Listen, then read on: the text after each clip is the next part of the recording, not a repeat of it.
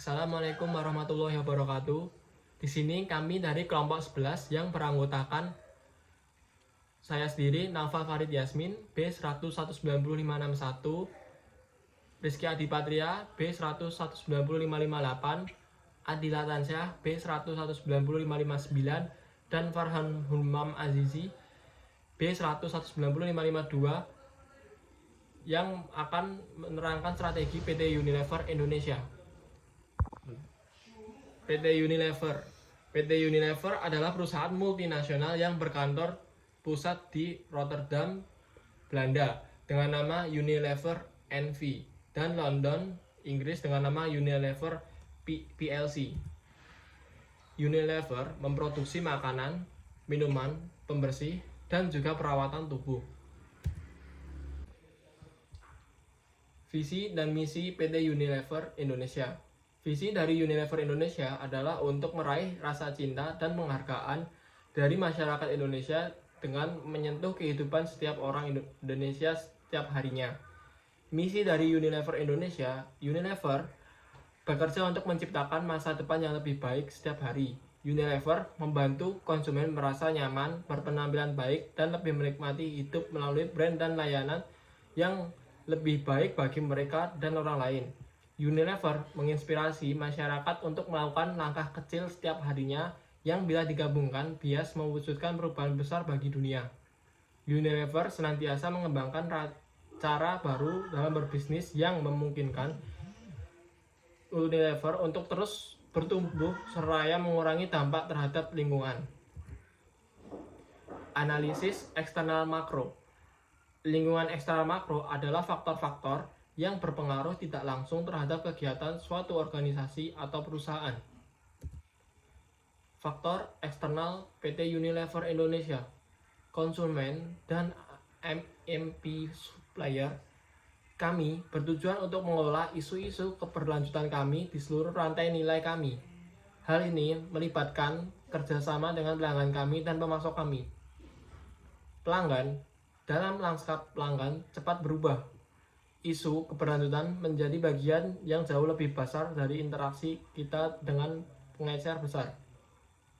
Pemasok, kami berkomitmen untuk mendukung mitra kami dalam bekerja terhadap prinsip-prinsip yang digariskan dalam kode pemasok Unilever. Eksternal dan jaminan. Sekarang, analisis industri Unilever Indonesia. PT Unilever Indonesia Tbk merupakan perusahaan manufaktur yang mana bergerak dalam sektor industri barang konsumsi. Kemudian berada dalam subsektor kosmetik dan keperluan rumah tangga. PT Unilever Indonesia Tbk bergerak dalam bidang manufaktur, pemasaran, dan distribusi barang konsumsi termasuk sabun, deterjen, margarin, makanan berbasis susu, es krim, produk kosmetik, minuman berbasis teh, dan jus buah. Portofolio perusahaan mencakup banyak merek yang dicintai dan terkenal di dunia, seperti Pepsodent, Pond's, Lux, Lifebuoy, Dove, Sunsilk, Clear, Rexona, Vaseline, Rinso, Molto, Sunlight, Wash, Blue Band, Rayco, Bango, dan masih banyak lagi. Perusahaan mulai beroperasi secara komersial pada tahun 1933. Analisis industri PT Unilever. PT Unilever Tbk terpilih sebagai salah satu dari 5 perusahaan emiten berkinerja terbaik sepanjang tahun 2010 versi Indonesia.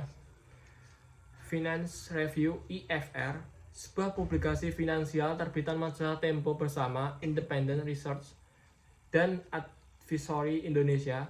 Unilever memperoleh penghargaan untuk kategori consumer dan perdagangan. Penyerahan penghargaan berlangsung pada malam penganugerahan emiten terbaik di Ballroom Hotel Shangri-La, Jakarta. 5 sektor yang dimaksud adalah finansial, pertambangan, industri, consumer, dan perdagangan serta infrastruktur. Pelemahan indeks harga saham gabungan IHSG yang terjadi selama sebulan terakhir membuat beberapa indeks sektoral ikut melemah. Meski begitu, masih ada beberapa indeks sektoral yang mencatatkan pertumbuhan cukup baik. Analisis internal PT Unilever Indonesia. Faktor internal atau Internal Factor Evaluation (IFE). Dalam menganalisis faktor internal, pembahasannya mencakup kekuatan dan kelemahan internal yang dimiliki perusahaan sendiri, yaitu pada pembahasan ini adalah PT Unilever. Adapun bentuk kekuatan dan kelemahannya dapat dijelaskan. Pertama, kekuatan. Strategi PT Unilever yang efektif dengan bertumbuh pada strategi tujuan mulia, purpose-led, dan mampu bersaing di masa depan atau future fit. PT Unilever Indonesia Tbk mengumumkan laporan keuangan interim untuk periode 9 bulan yang berakhir pada 30 September 2019. Pada periode ini, penjualan bersih Unilever Indonesia tumbuh 2,63%, yaitu menjadi 32,36 triliun. Analisis SWOT. Analisis SWOT adalah identifikasi berbagai faktor secara sistematis untuk memutuskan strategi perusahaan. Analisis ini didasarkan pada logika yang dapat memaksimalkan kekuatan, strength, dan peluang opportunities, namun secara bersamaan dapat meminimalkan kelemahan, weakness, dan ancaman threats. Proses pengambilan keputusan strategi selalu berkaitan dengan pengembangan misi, tujuan, strategi, dan kebijakan perusahaan. Dengan demikian, perencana strategi atau strategi planner harus menganalisis faktor-faktor strategi perusahaan, kekuatan, kelemahan, peluang, dan ancaman dalam kondisi yang ada pada saat ini. Hal ini disebut dengan analisis situasi. Model yang paling populer untuk analisis situasi adalah analisis SWOT. Berikutnya yaitu strengths.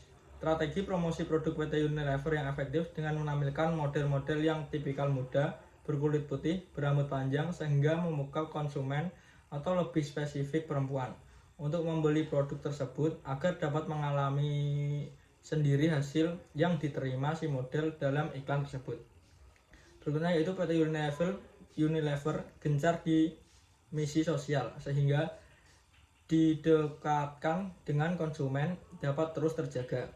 Hal ini terlihat dari pembelajaran iklan dan promosi yang telah mendorong pertumbuhan penjualan di tengah pasar yang kompetitif. PT Unilever Indonesia sebagai salah satu perusahaan dengan belanja iklan terbesar menurut majalah marketing atau Top Brand Survey edisi tahun 2007. Pemimpin pasar konsumen global di Indonesia. Kemudian yaitu memiliki tim yang terdiri dari orang-orang berdedikasi, terampil, dan termotivasi di segala jajaran. Selanjutnya yaitu weakness. PT Unilever memiliki struktur matris yang terdapat beberapa tantangan yang meski dihadapi perusahaan, yaitu pertama, sulitnya koordinasi kegiatan antar departemen yang mempunyai agenda dan jadwal sendiri-sendiri. Kedua, komunikasi pada karyawan yang bisa menerima pesan yang berbeda-beda. Dan yang ketiga, resolusi konflik antara inisiatif dan dukungan departemen atau SDM, keuangan, dan lain-lain dengan departemen lain produk yang biasanya sangat berorientasi komersial. Berikutnya yaitu rendahnya respon dari pasar terhadap produk-produk tertentu. Jumlah karyawan yang tambah, birokrasi yang panjang karena kebijakan sentralisasi yang menyebabkan Unilever Indonesia tidak dapat begitu saja memutuskan sesuatu. Berikutnya yaitu threats, adanya kenaikan biaya bahan baku dan bahan kemasan seperti minyak kelapa sawit, gula kelapa, dan bahan dasar petroleum yang disebabkan oleh kenaikan harga minyak, bahan kimia, dan komoditas lainnya. Tidak stabilnya nilai tukar rupiah terdapat mata uang asing, melemahnya daya beli konsumen, dan maraknya pemalsuan dan penyelundupan produk dari Cina. Selanjutnya yaitu PT Unilever Indonesia Tbk adalah perusahaan Indonesia yang merupakan anak perusahaan dari Unilever. Perusahaan ini sebelumnya bernama Lever Shipfabriken NV. BCG Matrix. Matrix BCG adalah perangkat strategi untuk memberi pedoman pada keputusan alokasi sumber daya berdasarkan market share dan market growth.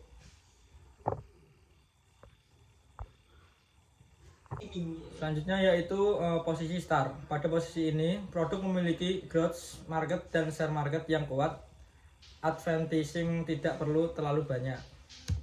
Selanjutnya yaitu posisi cash flow. Cash flow adalah kondisi di mana share market kuat, namun growth market tidak. Kondisi ini menghasilkan uang sebanyak-banyaknya. Berikutnya yaitu request market. Posisi ini menyatakan bahwa produk berada di growth market yang kuat dan share market yang tidak begitu kuat. Selanjutnya yaitu posisi dog. Posisi ini merupakan posisi di mana growth market dan share market dari suatu produk sama-sama lemah. Tindakan harus diambil oleh perusahaan agar tidak bangkrut. Berikutnya yaitu alternatif strategi. Yang pertama, penguatan sistem akuntansi keuangan serta mekanismenya yang komunikatif dan interaktif dalam hubungan antara pusat dan daerah. Kedua, peningkatan koordinasi dengan instansi terkait untuk menyelesaikan klaim sesuai dengan standar yang berlaku, perencanaan strategi sistem informasi studi kasus PT Jasa Raharja. Yang ketiga, konsolidasi kekuatan moral SDM sesuai upaya yang mengarah pada filosofi respect to people. Yang keempat, peningkatan sistem kearsifan sebagai salah satu fasilitas penyedia informasi. Dan yang terakhir, peningkatan kualitas produk hukum untuk mendorong operasi perusahaan. Yang terakhir yaitu strategi terpilih. Yang pertama, penguatan struktur organisasi untuk mengantisipasi perusahaan di masa depan. Yang kedua, penguatan sistem manajemen SDM. Ketiga, peningkatan profesionalisme dan jiwa kewirausahaan untuk mendukung daya saing perusahaan. Yang keempat, pengembangan sistem komputerisasi yang merintegrasi dan mampu mendukung proses pengambilan keputusan strategi maupun operasional. Yang kelima, pengembalian sistem budaya kerja yang kreatif dan inovatif. Yang terakhir yaitu perancangan program kegiatan litbang yang lebih berorientasi kepada kebutuhan pasar. Demikianlah yang dapat kami sampaikan, kurang lebihnya mohon maaf. Wassalamualaikum warahmatullahi wabarakatuh. Waalaikumsalam.